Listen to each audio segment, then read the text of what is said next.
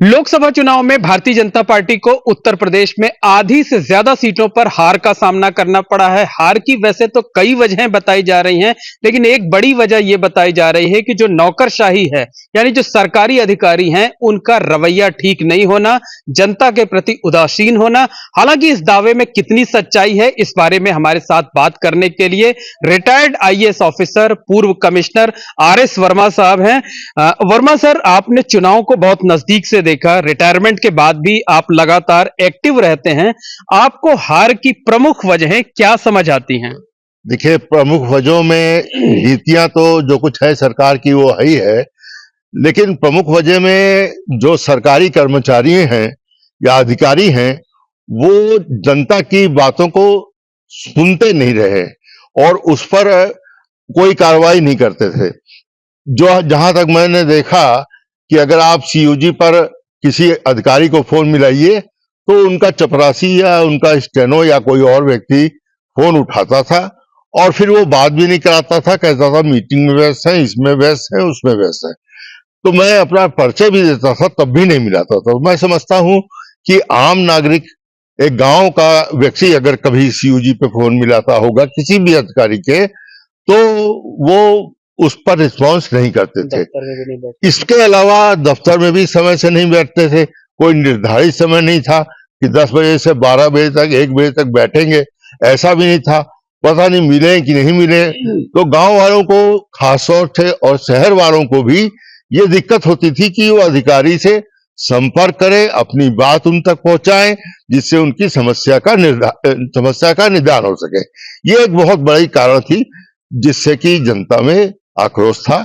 जनप्रतिनिधि से शिकायत की जाती थी तो जनप्रतिनिधि भी संभवतः अधिकारियों से समय से नहीं मिल पाते थे, ठीक से नहीं मिल पाते थे। अगर मिले भी तो थोड़ा बहुत मिल पाए, तो पूरी तरह से जनता की शिकायतें निराकरण नहीं हो पाती थी। और सरकार से जो निर्देश आते थे उन पर क्या अनुपालन हुआ, क्या अनुपालन नहीं हुआ, इसकी जो वरिष्ठ अधिकारी हमारे लखनऊ में बैठते थे, डायरेक्टरेट में या सचिवालय में, उनके द्वारा भी कोई समीक्षा नहीं की जाती थी। उनके द्वारा भी कोई ये देखा नहीं जाता रहा है कि जो निर्देश यहाँ से पारित किए गए उन पर अमल हुआ या नहीं हुआ। तो ये कहा जा सकता है कि सर, कि जो अधिकारी क्लास है उसने जो है वो भारतीय जनता पार्टी की नैया डुबो दी। अधिकारी क्लास ने जानबूझ के तो नैया नहीं डुबोई होगी, ऐसा नहीं समझता मैं। और ऐसा मैं समझता हूं कि जानबूझ के नैया नहीं डुबोई है, लेकिन अधिकारी आलसी हो गए थे। अधिकारी केवल जो सीधे निर्देश उनको ऊपर से मिलता था, बस उसी पर कार्रवाई करते थे और जनता के प्रति अपने दायित्व को भूलने लगे थे या भूल चुके थे, जिससे जनता में थोड़ा आक्रोश पैदा होने लगा था और जनता दुखी होने लगी थी। जनता के काम नहीं होते थे, जनप्रतिनिधि भी इधर उधर चक्कर काटते थे और फिर वो भी निराश लौट जाते थे। तो क्या जनप्रतिनिधियों और अधिकारियों में भी तालमेल नहीं था? जनप्रतिनिधियों की भी सुनवाई नहीं हो पाती थी, वो भी अधिकारियों से बात नहीं कर पाते थे, काम नहीं करा पाते थे जनता का, इस तरह से देखने को मिला है। देखिए, वरिष्ठ जनप्रतिनिधि जैसे हमारे उप मुख्यमंत्री हमारे जिले से थे, हमारे जिले से मंत्री थे, सांसद थे, ये तो अधिकारियों से बात कर लेते थे। इनसे तो अधिकारियों की बातचीत हो जाती थी, लेकिन इनसे भी उतनी बात नहीं हो पाती थी जितनी एक अधिकारी को करनी चाहिए। अधिकारी को पूरी जनता का फीडबैक मिलना चाहिए, क्योंकि जनता की भी, हर जनता की भी पहुंच इन जनप्रतिनिधियों तक नहीं होती है।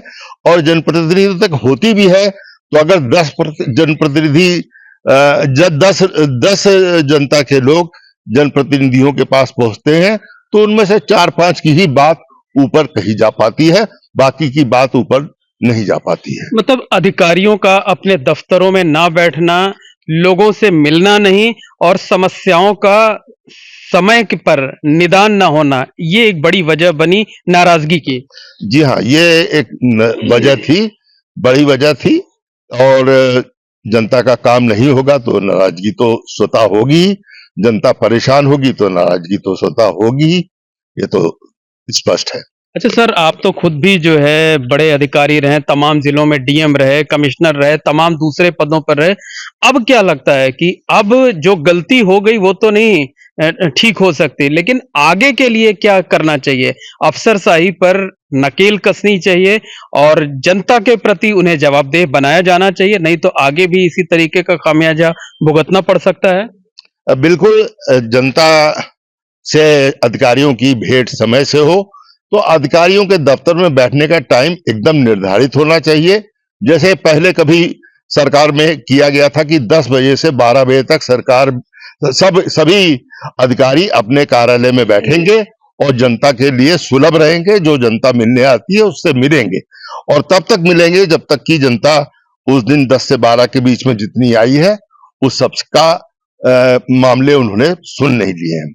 और इसी तरीके से हफ्ते में एक दिन जो जनता दरबार या जनता दर्शन लगता था, तहसील दिवस होता था, वो कंटिन्यू होना चाहिए और उस दिन पूरे दिन उस तहसील में सब अधिकारियों को जा करके वहां की जनता से सुनवाई करनी चाहिए, वहां के जनप्रतिनिधियों की बातें सुननी चाहिए और उनका निदान यथासंभव करना चाहिए और अगली जो तहसील दिवस हो उसमें बताया जाना चाहिए। अच्छा सर, इसके अलावा ये तो एक बड़ी वजह आपने बताई कि जो नौकरशाह हैं उन्होंने ठीक से काम नहीं किया, जनता के प्रति जिम्मेदार नहीं थे, जवाबदेह नहीं थे। इसके अलावा आपको हार की और क्या वजह समझ आती हैं? देखिए, हार की और जो वजह समझ में आती है वो सबसे बड़ी वजह ये थी कि एक देश में जो सरकार चल रही है उस देश में रहने वाले जितने भी धर्म के लोग हैं, जितने भी जाति के लोग हैं, सबके साथ एक जैसा व्यवहार करना चाहिए। यहाँ यह शुरू हो गया था कि सनातन धर्म करके लोग चलने लगे थे और दूसरे धर्म की अनदेखी करते थे। ये नहीं होना चाहिए। जब एक देश में कई धर्म के लोग हैं तो सबको समान भाव से देखना चाहिए और हमारा जो कॉन्स्टिट्यूशन है, कॉन्स्टिट्यूशन ऑफ इंडिया है, उसमें भी यह है कि हमारा देश में सभी धर्मों को समान तरीके से देखा जाएगा, समान सम्मान। बेरोजगारी, अग्निवीर जैसे मुद्दे और आरक्षण बचाने का जो विपक्ष की तरफ से बात कही गई, वो सब भी प्रभावी रहे, फैक्टर रहे। बिल्कुल, अग्निवीर योजना तो बहुत ही गलत योजना है। 4 साल के लिए रखा जाना और 4 साल बाद निकाल दिया जाना, ये कहीं से भी उचित नहीं है। जब सेना में भर्ती हो तो नियमित भर्ती होनी चाहिए और लोगों को रोजगार कायदे से दिया जाना चाहिए जिससे वो मन लगा के काम करे और देश की सेवा कर सके। इसी तरीके से जो अन्य योजनाएं हैं उनमें भी ये ध्यान रखना चाहिए। जो बेरोजगारी की समस्या है, 60 लाख प्लस पूरे देश में जगहें खाली पड़ी हैं, सरकारी नौकरियां खाली पड़ी हैं, उनको खाली क्यों रखा जा रहा है? उनको भरा जाना चाहिए। उससे जनता के कार्य करने में, जनता के कार्यों को करने में मदद मिलेगी, उनके कार्य जल्दी होंगे और लोगों को नौकरी भी मिलेगी। तो ये बात समझ में नहीं आती कि क्यों खाली रखा जा रहा है। तो सर, जैसे आपने बताया कि जो अधिकारी वर्ग है वो ठीक से काम नहीं करता था, तो क्या उम्मीद जताई जा सकती है अब आने वाले दिनों में योगी सरकार एक्शन में नजर आ सकती है?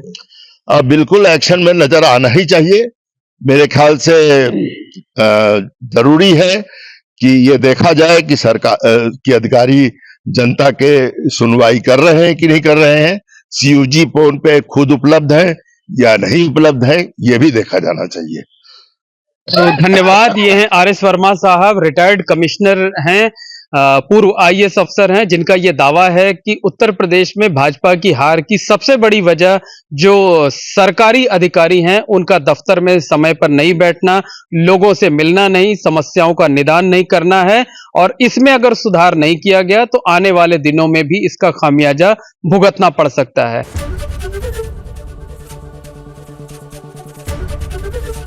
एबीपी गंगा, खबर आपकी, जुबान आपकी।